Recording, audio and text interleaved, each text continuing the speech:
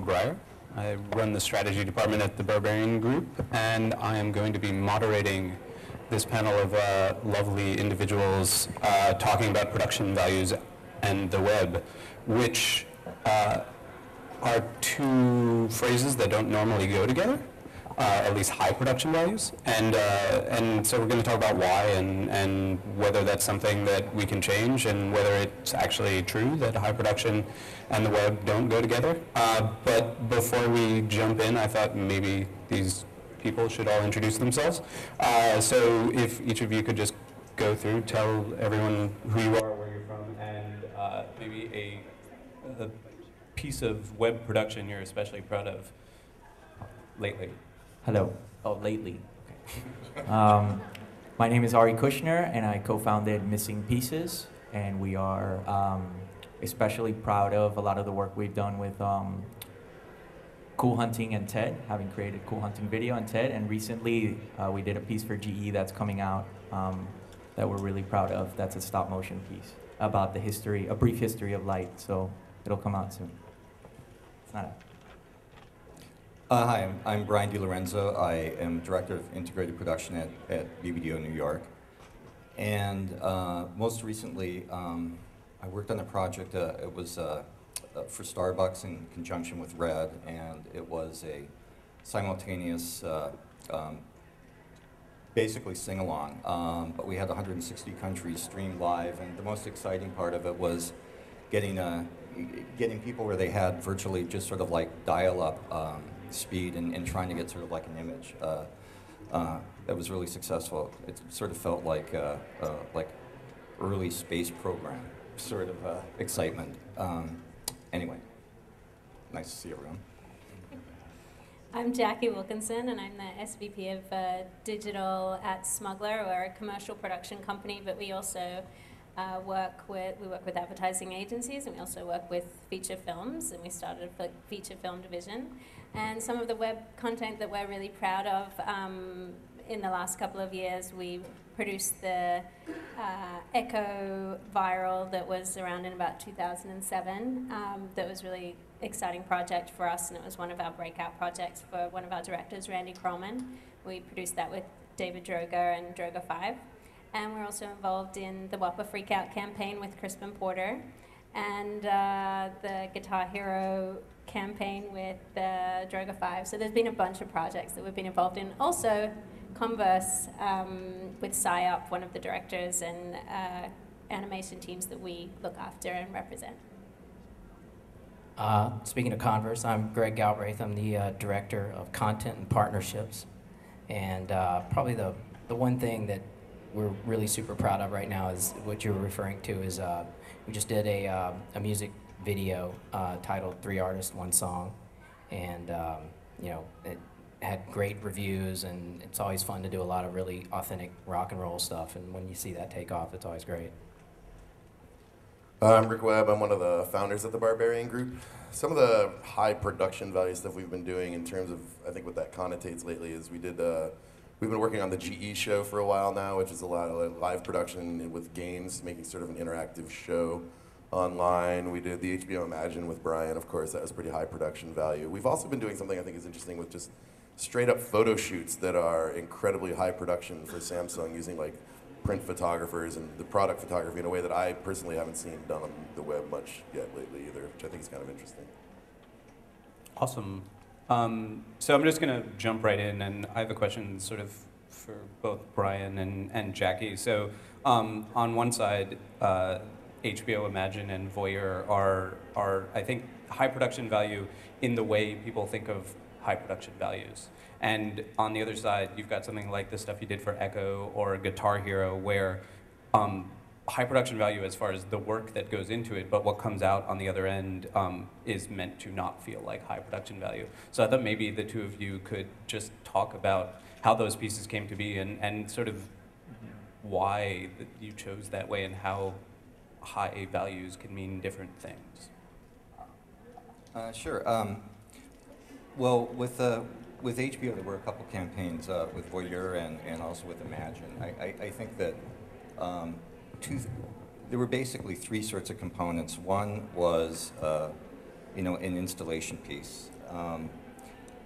And then there was content that was produced, and really sort of like the place that it all came together in terms of being able to see all the elements of the campaign was, online. And there was a real concerted effort with the client to do stuff that felt HBO to them, and so HBO being known for high production values. It was fairly easy to convince, a client like that it was really important to get sort of like a film, if you like, or video, but basically the visuals and sort of the performance and acting of something that would feel right for their brand. And equally important was, a concerted effort to try and make something that would take narrative in an online way to sort of a different place. And with each of those projects, they were done slightly, slightly different, but they were both meant to be kind of non-linear storytelling in a way where no matter where you started sort of investigating the online experience, you would find it easy to link somewhere else, and it was trying to break away out of sort of like just a straight like streaming a film or a linear narrative. Awesome. You want to talk about the echo, or maybe the echo, and talk about the amount of work that went into that, and then making it look like it was something that some random person shot, and how you came to that decision, and sort of it feels like a lot of the work you guys do is made for a very specific web audience, and what that audience is looking for, and how production values can create the right feel for them. Right, yeah. Well, the Echo project was made fairly collaboratively, and we work on projects.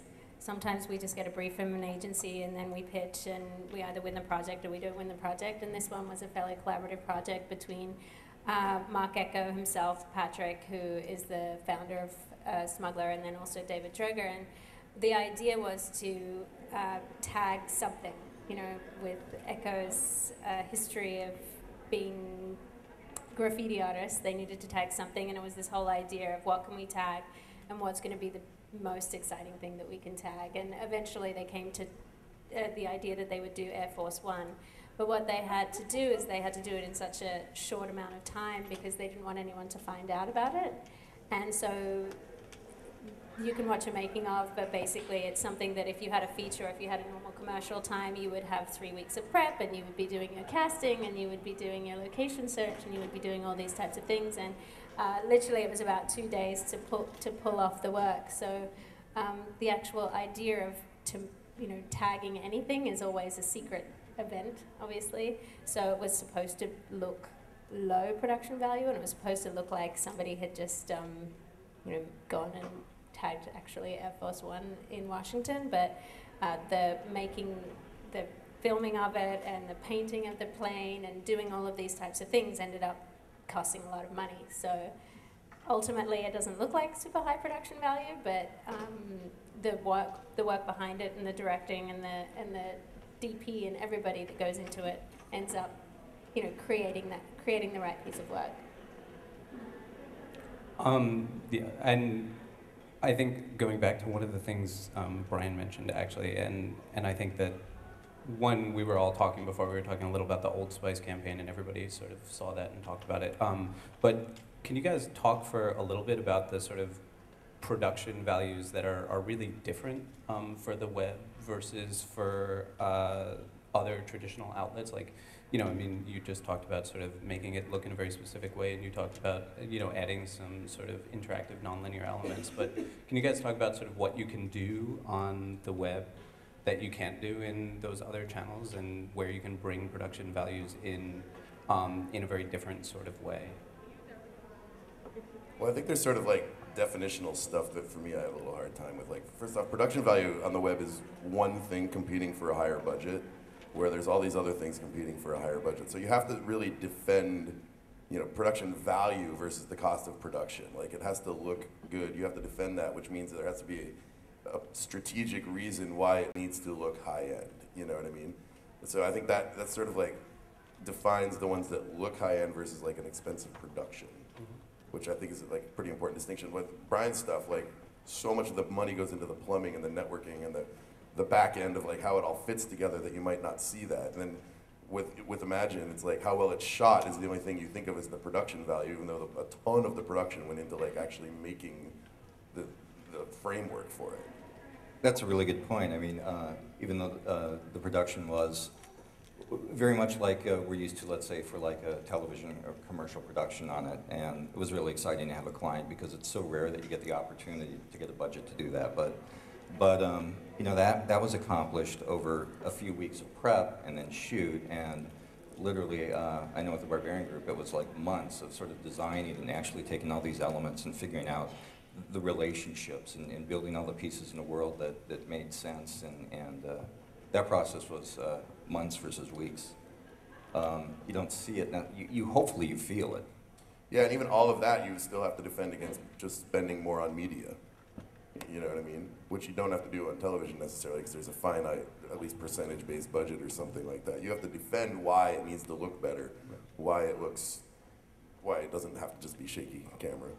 Well, and on the media tip, I think one of the things you mentioned to me, Ari, at one point was that increasingly you're finding yourselves competing with web celebrities for production projects, and you know what they're bringing to the table is essentially a media budget, you know, whatever it is, 1 million followers, Right. And the ability to make something tell a story in whatever way they tell a story. So can you talk about sort of that situation? Yeah, there's a big challenge there for us because it's, for example, with someone like Howcast, which I really admire what they're doing. It's like if you're in the same room with them and you're thinking about one versus the other, then it's like, well, they can guarantee 10 million views on this idea because they have these links and these people, and we are sitting there like, well, we have a really cool idea.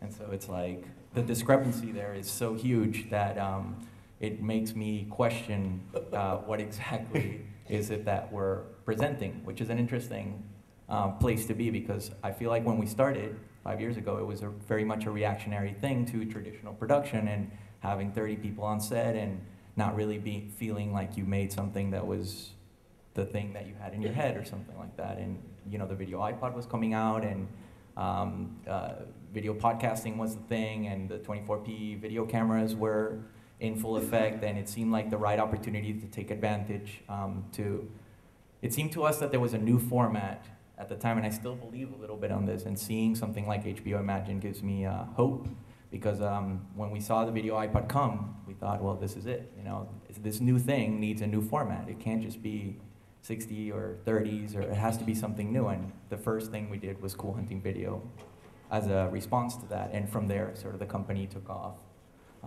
And so it's changed, and now I find myself in production on a thing that needs 30 people on set.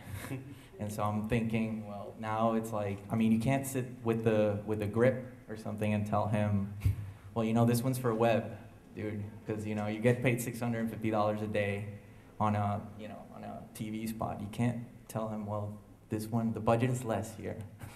They don't care. I mean, the craft is the craft, and they're going to do the job well. But I guess the point of it is, yes, it's very hard to compete with something like a YouTube celebrity in terms of the story. But I guess at the end of the day, it's about the idea, because I feel like you have an incredible idea with HBO Imagine or the Tropicana Sun.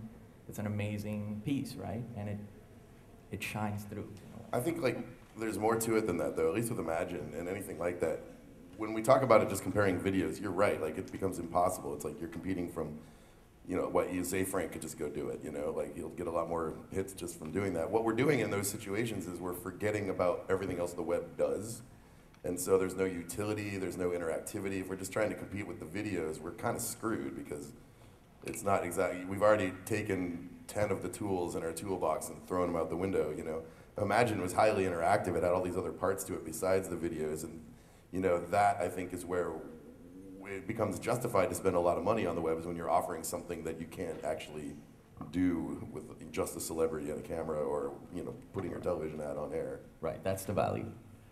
Yeah, so the $1 million websites are going to look like Facebook. They're just going to be websites that are expensive to build that do something cool, which is sort of not what we talk about when we talk about production value. Well, I think that, I mean, sort of, maybe Greg, you can talk a little bit about what you're trying to do and from a brand perspective, because I think that a lot of what you're trying to produce for Converse is not just the content, but sort of the interactivity around the content. And even if you're not producing your own platforms for that interactivity, it's still sort of core to the idea.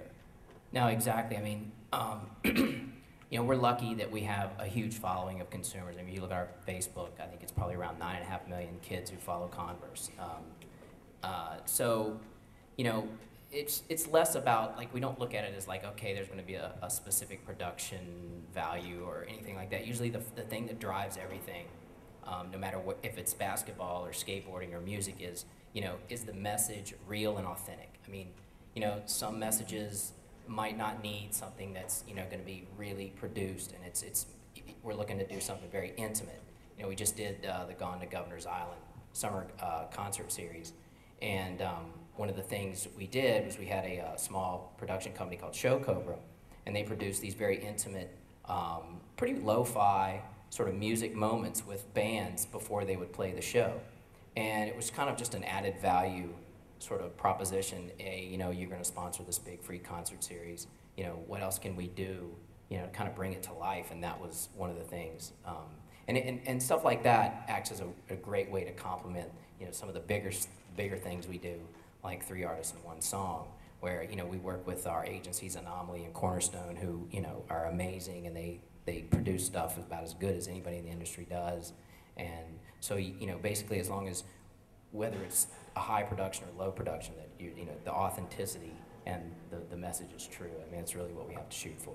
Yeah, and then I think that ties into the whole sort of, like, all these conversations start thinking about, you know, punk rock or whatever, and there's the reaction to yes, and the values, the aesthetic values that people like at any given time. And the web's totally gone through, you know, you see this with 8-bit rockers and, like, low fidelity. It was going through this, you know, we had limited bandwidth, so that really, like, low production values sort of looked like that was happening. But that is slightly starting to change. I think you have things now like the big picture, and these things where people want to see these vast, bigger, sweeping things. They've all got these larger monitors and iPads, and they want cinematic content more now. I think that's changing a little bit, that can justify higher production values now than previously, where, you know, you just wanted it to look shaky because that was kind of cool. No, I definitely agree. I think, you know, 3 artists, 1 song. I mean, I think, you know, going into that project, you have to say, well, that could end up in a theater somewhere, or that could end up on TV, which eventually it did. And, you know, you have to say, well, okay, there needs to be a specific production value that goes into that. Whereas a lot of the viral videos that we do, whether it's skateboarding or some, you know, a basketball or something like that, you know, it's more about really trying to capture the vibe that we're after. And, you know, sometimes even those are at a higher production level. Yeah, it'd be kind of depressing if, like, our shit was only a high production value because it might go on TV later, though. It's a drag. Yeah, it's interesting, though, because when you think of just where things are going with, like, how high quality streaming is now, and things are HD and things are interactive, and I'm just imagining that we're going to hit crossroads between gaming and television as an interactive source and what the internet is. And all these pieces are going to need to be interchangeable and work on that. So I love what you said about authenticity. The hardest thing to do is to do something that just people get a good, visceral, nice reaction. You know, I remember seeing the Echo stuff and loving that, but I do feel like it's almost like budgets are going to be pulled, you know, slightly kicking and screaming towards needing more production values so that we can, you know, take advantage of the fact that things can look nice and sound nice, and those pieces have to kind of like work across the spectrum now.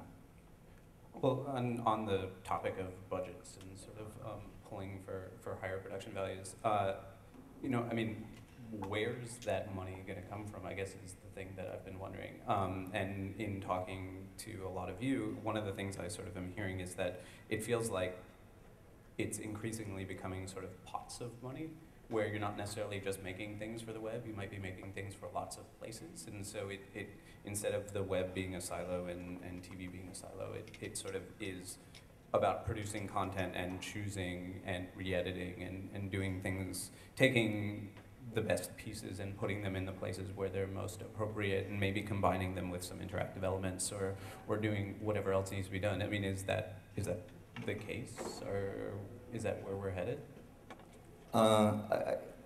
Yeah, I tend to agree with that. I think that right now there are different pots of money where, you know, working with clients where they would have like a digital budget and sometimes an event budget and a PR budget, not to mention whatever commercial production budget you would have, and finding ways that you can have a production that would really be able to, you know, take advantage of delivering the right sorts of content to those masters, which is a, you know, creative trick in itself, and there's a real challenge to do that. So it's just not matching luggage for everyone, but you know, those take a lot of work in meetings, sort of like working with your client to sort of like have people sharing about those budgets. And I think that, you know, media is the other kind of component in it as well. And if you can get earned media by doing the right sort of splash. And there's been some interesting things with huge production values. I think of like the Nike project that was Write the Future as something that I really know that it got seeded originally Facebook and YouTube, and Yeah. I know it was also probably had some commercial buy to support it, but it, you know, it was meant to go guns blazing, I think, in a way to gather a lot of attention and seemed to do that and garnered like a bunch of views. I don't know, it's close to 30 million views or something, but it was probably worth the investment in the production values. I think you nailed it with if you can offset the reduction in paid media with the earned media. You know, if you can prove that the higher production values of the bigger production will garner a more substantial earned media hit, then you can take some of that money from media to go back to your question exactly. I mean, I think the best examples of that is the Echo stuff. You know, I mean, it's funny in watching the case study for the Echo video, it sort of feels like, well, instead of buying a bunch of TV spots, you just made something that then ran on a whole bunch of television stations, right, during news hours and every other time. I mean, was that sort of the trade-off all along? Was that the plan? I think so. I mean, I think that would be a question for David Drogo and Mark Echo. But yeah, ultimately, and I think it was a piece of the storytelling, and it became a part of the media buy, which was, you know, YouTube basically was a part of the storytelling. And I feel like ultimately all of the project, you can do so many different things. You know, they can come to us with the budget and say, we want to do this many commercials and we want to have this many little viral things that we need you to shoot in your 15th or 16th hour after you've already shot everything, and we need stills. But, you know, as long as it's telling the same story, I think it's fine. And I think that with the Echo, it was worthwhile for sure. Was it the idea in the first place? I don't know. But it seems like it's linked to this thing of how did they do that? Like a lot of stuff that kind of travels and goes further. I find myself in editing revisions with clients often saying, if I make this change, I won't want to send it to anyone. I know. Because I'm embarrassed. I become the threshold of the thing becomes from okay to embarrassing. So if we go in this direction, just beware that it is now a commercial. And there is no way, it loses the authenticity. I don't want to share this with anyone because I feel like it's a commercial. It's not something fun to watch, or how did they do that, or a fractured piece of storytelling that's, you know, that you're putting together as you go along or anything like that. It loses that, and that's the threshold. I totally agree. I mean, I think that's why we're lucky to have such good shops, you know, Anomaly and Cornerstone specifically, who back us, and you know, we're always going back and forth with the ideas. Our director of brand comms out in the audience, Scott Nelson, and you know, he's always fighting the good fight, you know, and you know, back to the point of like, you know, when you have a really good idea and you want to take it to that next level, you know, it starts out as something and then it kind of takes off. The 3 songs, 1 artist, you know, we did that concept a couple years ago, and it was a big, huge campaign. And then when we came back to it again this year, you know, Scott had been saying all along, we should always do these, we should continue to do these.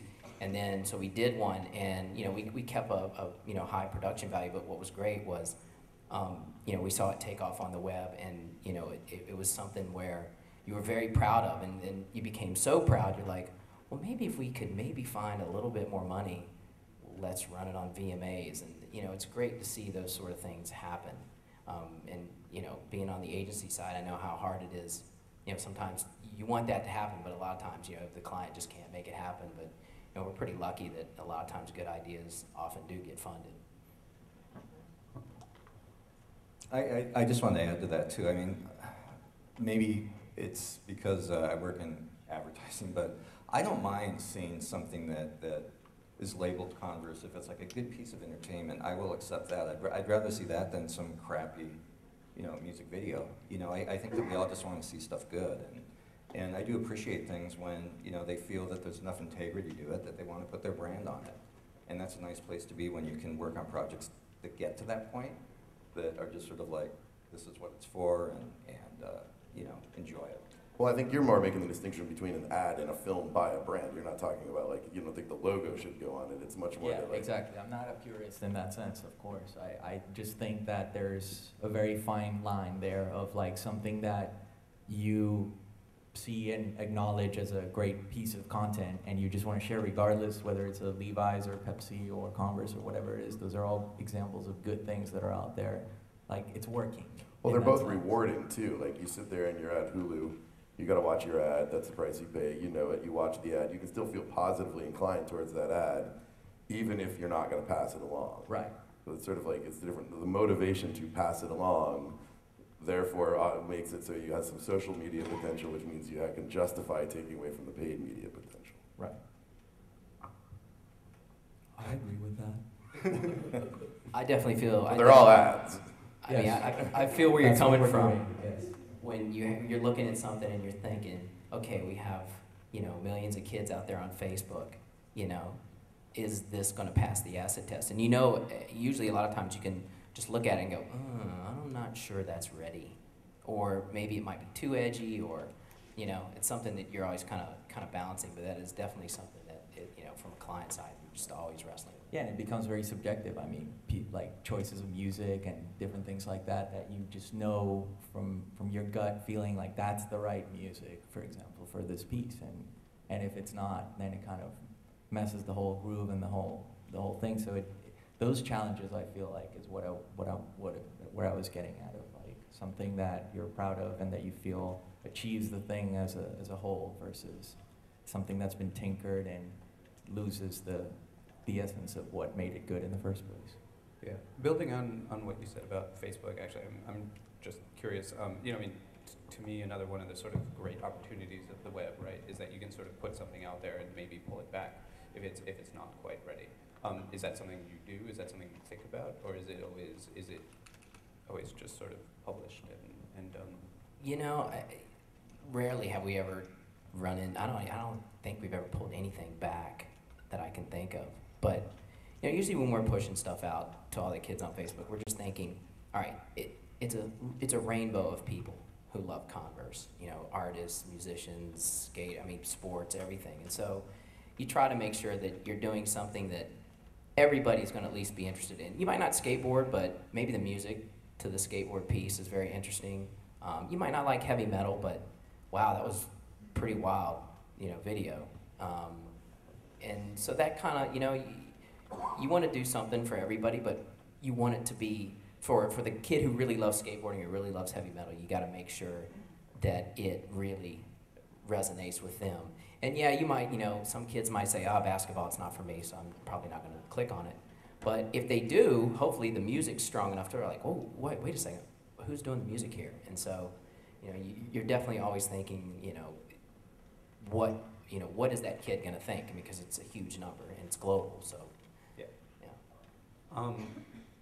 This is a sort of a general question for anyone in the group, but I think that we've sort of talked a little bit about budgets specifically, but clearly or traditionally, web production budgets just haven't been where traditional production budgets have been, and that's for I think a lot of reasons that you are welcome to talk about. But are we going to see web production budgets catch up? Are we going to see that sort of clearly there's an increasing amount of money going into digital media, but are we going to see the digital production money follow, or is it always going to be thought of as a place where you could make things for cheaper?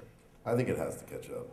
I think like there's so many content creators out there now, right? Like every kid makes viral videos, they get 10 million hits, and when you mentioned earlier the other day about how like Lady Gaga and things like that are becoming the most viewed things on YouTube now. I think there is that trend towards people appreciating high production values again. The other thing is like we, as brands, are competing in this giant universe of all these other content creators. We only have a few tricks in our sleeve, that they don't have. You know what I mean? They will like our stuff if we do something they can't do themselves, and production values are a big part of that. You know, like that Intel thing that they're doing with Vice, or like the Pepsi thing, or the American Express Members Project. That's another way. But we got to do something they can't do, and production values, making these massive productions that are just over the top awesome, is a thing we can do for them that they can't do for themselves. So I think ignoring the economic side of it, that's another very valid reason for it. Like a kid can't make, imagine. Yeah. On the Pepsi tip, actually, since it's sort of interesting counter example to a lot of the stuff we've been talking about, which is very sort of video based. But can you talk about sort of production values in making sites, in sort of, I mean, like a lot of the production value in the Pepsi thing is actually in the plumbing. Yeah, I mean, that's a whole other, so, on the website side, we're competing against, kids in Y Combinator that are like 20 grand websites, right? We can make sites that are $1 million, and we could make an awesome site for a kid that is $1 million if we wanted to, that they couldn't make themselves, you know what I mean? Like, you can't get 50 of your friends and do like 25 2-week sprints when you're still in high school, So it's like, the site itself is another way that we can spend that money and do something they can't do for themselves. And it is, the flip side is that it's competing for the production dollars. Is like, you can do $1 million site, you can do $1 million high-end production video thing. You can't do both when you only have $1 million. Right now, we end up half-assing both of them. And I guess there's something to be said in the Pepsi example of the refresh project of saying, well, we're going to commit, and even though the Pepsi person isn't here, I feel like they've gotten the closest to the sort of TED thing where it's like we're committing this money to funding good ideas in an amazing way, and they've done, most of the money has gone into that. I think it's like $30 million or something worth of being put into that, and not into like an awesome, other than the first 30-second spot. It doesn't have much of a follow-up in media, but it's so good on its own, and maybe the money goes there. The money's going to a good thing, and people get to vote, on good ideas and for their friends, and those ideas get funded in $5,000, $10,000, and $20,000. Yeah, or like the Red Bull way. Like, they don't spend it on good ideas; they spend it on really bad ideas, like backflipping helicopters. But like, Right. I can't backflip a helicopter on my own. Right. Like, that's cool. They're spending their money on that. I guess there's the value of that is that there's There's a good, it's a good deed. And so production values are tough because we used to, in television time, on a second per second basis, be able to compete with James Cameron. Right. You know what I mean? Like, we would spend, like millions of dollars a second on television commercials, whereas now on the web we're not doing that. So it's not like we can make Lord of the Rings. Like, somebody else is already going for the high-end production stuff, So it can be a component of it, but if you got $1 million to do something the kids can't do, this, I think, could potentially become one of them, but isn't quite there yet compared to our other tricks in the digital arsenal, And on that note, on the James Cameron note, Panasonic has just released the first 3D, prosumer camera, which we've purchased and is coming to our steps in a few weeks. So it'll be interesting to see what that does, because 5 years ago, again, with that advent, you could do what we did, and now 5 years later, it'll be interesting if it can. There's a variation of that for 3D. I'm not even sure. It's kind of a gamble, but it's $20,000 3D, and you're ready to go. But I mean, who's going to watch it, right? You can't watch 3D online. You can't. There's a hardware issue. But that discussion was there with HD 5 years ago when we started. It's like, why have an HD channel? Now everything is an HD channel. Online, I mean, like 720, whatever that means. I've got one more question, and I think we'll turn it over to the audience to see if anyone has anything to ask. But to me, the sort of promise of the web is in the ability to do things you can't do in other places. We talked about it a little with the nonlinear storytelling, but lately I've sort of been getting the sense that we've been kind of artificially boxing ourselves in, that the big platforms that have started to emerge, whether it's Twitter or YouTube or Facebook, are sort of creating boxes for us, and we are increasingly producing things for those boxes instead of trying to produce things that break out of them and do things that you really can't do anywhere else. And I guess I just am curious if you guys are feeling that, whether you think there's going to be a reaction to it, whether I'm going crazy. I mean, for me, that's one of the most maddening things about our business right now. You know, there's no secret to how those awesome websites that we all use every day, Gmail and Facebook or even Twitter, like, are how they're built. We could build those, and actually it's easier for us because we don't have to make money off of it, you know what I mean? The one hard part they all have is like removed as a requirement for us. We just have to have people show up, you know, but we don't do it because we're so fixated on other aspects of our business. It drives me crazy. I mean, it comes down to convenience. I mean, we just recently embraced Twitter, and so, you know, there's a lot of kids that are on Twitter, and we have a lot of cool stuff to show and say, and so, you know, to your point, you know, you kind of go where you got to go. But I mean, I definitely agree. You know, there's always opportunities to do stuff that is super different, and, you know, really try to think out of the box. Anomaly came to us with an idea, just as an example, a year or so ago, called Domain Nation, where they had kind of, you know, it's kind of like a little bit of a punk on the Google search. So, you know, whatever you're typing in on Google search, like, you know, say like around prom time, it's like, the 14-year-old kid's like, how to kiss. So, you know, he types that in this Google search, and then we have a little box on the side that says, oh, so you want to learn how to kiss. And so we'd have like this kind of funny video vignette. And at the time, it was like, wow, nobody's doing that. I mean, we were the only people over there, and we would, you know, kind of figure out what our search terms, you know, it could be rock and roll, it could be something silly. But yeah, I mean, there's always going to be, you know, ways to sort of leverage a lot of these technologies, and I think that's the way you need to look at it. Cool. Anybody have a question? I see a hand, but it's sort of, yeah. Yeah, I'm wondering, I work at a big dumb agency in the digital group, and I love my big dumb agency, but it's neither here nor there. I think a question that I have is, you know, sort of gone are the days of being able to, you know, get Barbarian or get Firstborn or get North Kingdom to make you something of really high production value without spending a bunch of money. And the thing that's gotten difficult for us is from both a client's standpoint and also our traditional counterparts' standpoint, the budgets haven't really changed. So my question is, when we've got, you know, that kind of idea, when we've got that sort of thing, you know, are we looking for lean and hungry shops? I guess that's the question. I think, like, let's assume for a moment, let's make some assumptions that your big dumb agency isn't dumb and you're not dumb. So you want a high production value website for a reason that's strategically valid, right? So, and then I think the first thing would be like your clients bought in on that, right? Like they get the strategy that you have to make this really high production value North Kingdom style, because they were always the masters of it, website, right? And yeah, they've gotten too expensive maybe, but yeah, to go to your question, there are always kids that love that shit, you know? Like most of our artists that come into our company now are kids that grew up on that. That's their new rock and roll. Like they are like, I love doing crazy art shit in Flash, you know? And I think they're out there. And we don't do a lot of it anymore because the strategies have changed a lot of times. There are times, like with Brian's thing, that it is the strategy still, but a lot of times it's not. But if I'm a kid and that's all I want to do, I don't have a business, I just want to make cool Flash sites, I'm going to do it for a lot cheaper. So, I mean, I think absolutely in those situations, you know, you're there, you're smart, you can direct them, which didn't exist before. 10 years ago, there weren't really smart people in the digital side of the agencies. So you had to offshore, you know, outsource the whole thing. Now you don't. You can outsource the right parts to a young kid, definitely. Very self-defeating answer.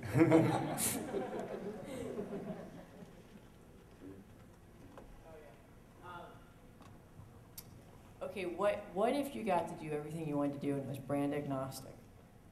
And people got to choose what brands they thought went with your stuff. Now, there's only one person up there from an advertiser, right? Like Converse. But what if on Facebook, I don't know, there were all these videos that were from Burning Man, but for some reason it was the way people were dancing and it made them think of Converse. And so 100,000 people voted that Converse should own those. And if you got 100,000 votes, you'd have to pay X amount of money. I don't know. What do you guys think about that? You're blowing my I've mind. already seen it, thinking about controversy. Why pay at that point? I was gonna say we'd say thanks. Yeah,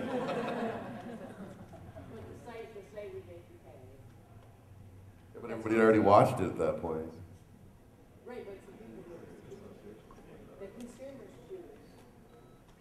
The consumers choose, and the advertisers have to pay. I mean, I think there's two things going on. There's definitely this where you source an interesting creative idea, and I think both on the agency and brand side, we never stop looking at cool things that we can co-opt. Not to sound too evil about it. So the creation where it comes from, it could work in that point of view, but your sort of market system's kind of flawed because 100,000 people just saw it for free. So that's pretty much you're good to go at that point, right? I guess so. Maybe I'm not quite. But it's like service. It's like you pay. All right, I was just throwing it out. I'll Interesting get back to you in concept. like 2 weeks. We need to see business. Yeah, there's a question up in front.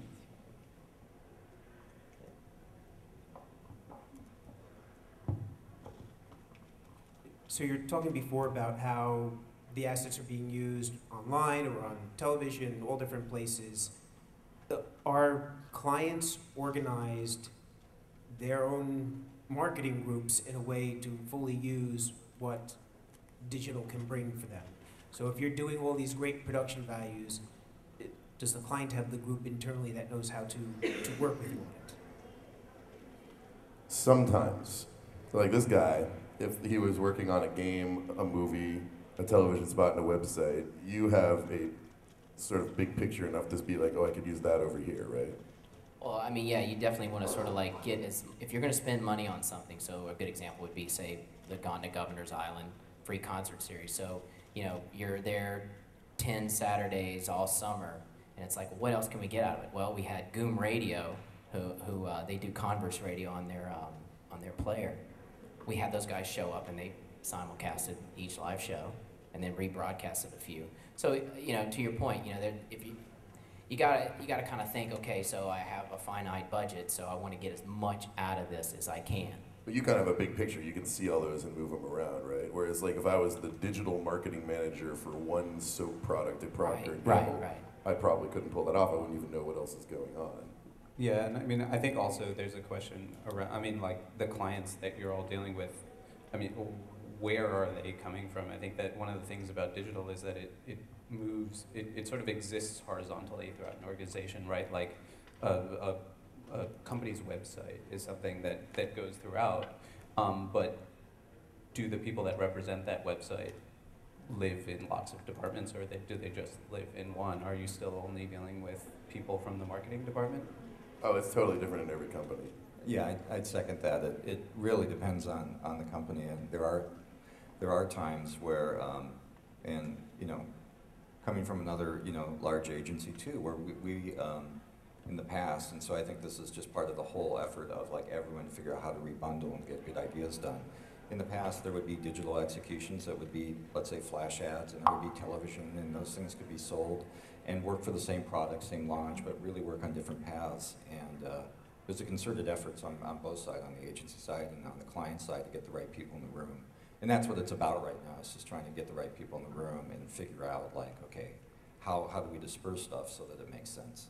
And that's something like a big agency might have a better handle on. Like, we might have deeper ties to the IT department handling the website than BBDO, but you can actually be like, we know this goes on the website, we know this stuff is in their rich media banners, we know this stuff is going to cinema, this stuff we're working with, massive on a game thing. And you can kind of see that big picture even if you have lots of different stakeholders at the client side. Whereas if we're like, oh, this would be great on TV, we don't necessarily even know who to talk to about that.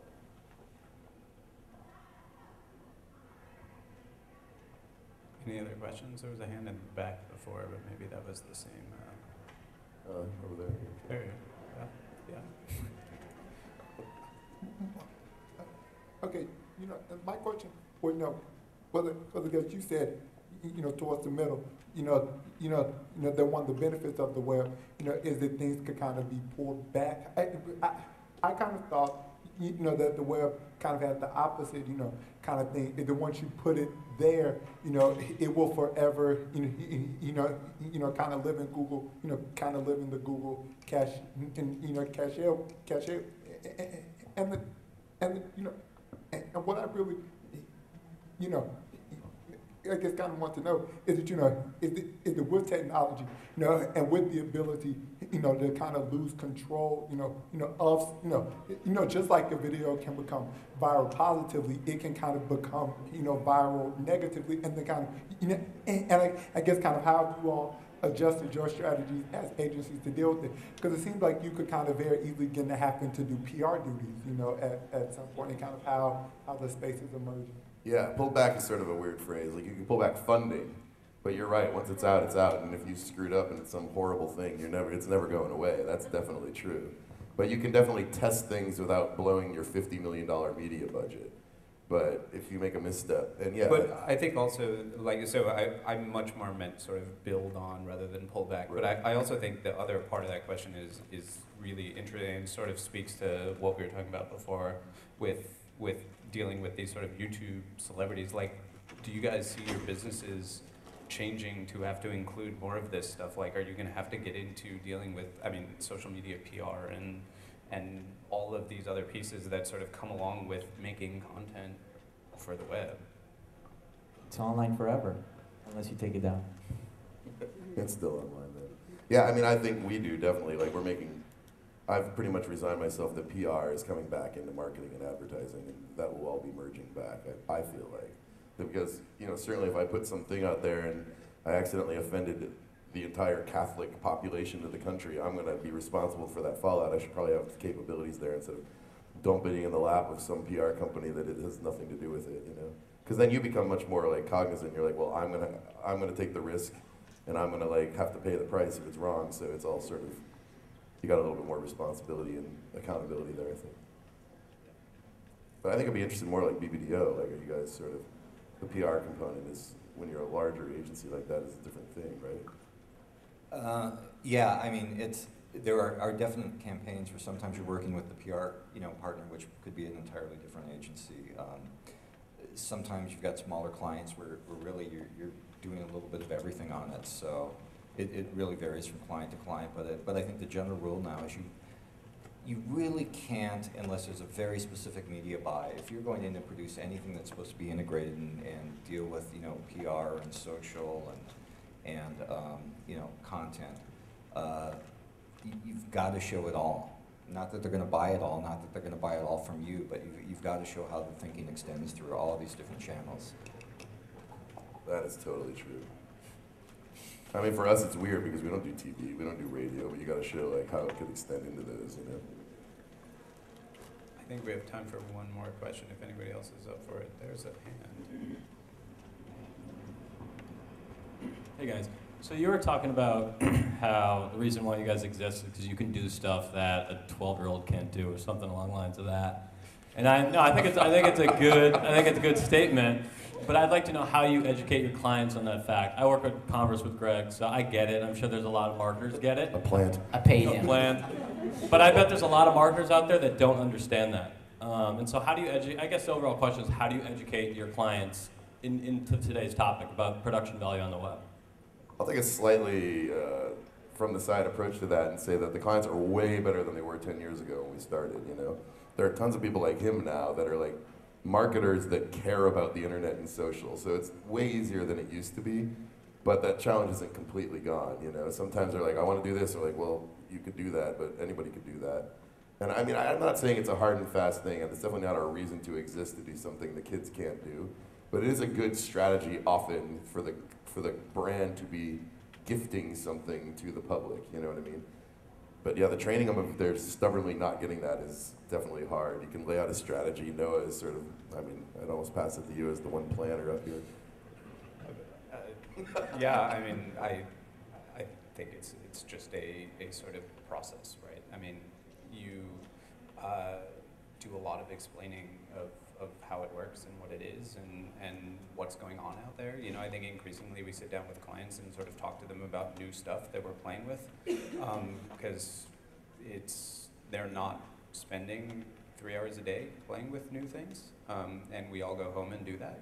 So, you know, I mean, but it's just sort of the never-ending cycle, you know. I mean, I think that it's not something that's going to go away. I think that, you know, with the amount of time people are spending on the web, clients are certainly a lot more comfortable with it as a place to spend money and to do cool things. So, I don't know, that's my 2 cents. It's the ongoing debate. I mean, this is the reason for the panel, basically. There's the 2 sides. We have 2 clear sides, the user-generated kind of thing and the craft-based good idea kind of thing. And they can merge, as we've seen in the Echo, and they can not merge, as you've seen in my example, where I found myself not able to compete with what Howcast was bringing to the table, because it's a totally different thing. It's 2 separate. Maybe it's 2 separate things in the end. I do agree, though. I think when you look at it as a gift, so I'm going to dump a lot of resources and money into this project, then you're looking at it as like, this is for you, this is a gift. We're very proud of this idea and this concept, so we want it to look and sound as, you know, good as it can. So Also, just the percentage of the population on the web is approaching 100%. Almost everybody has been affected by some marketing on the internet now, which, like,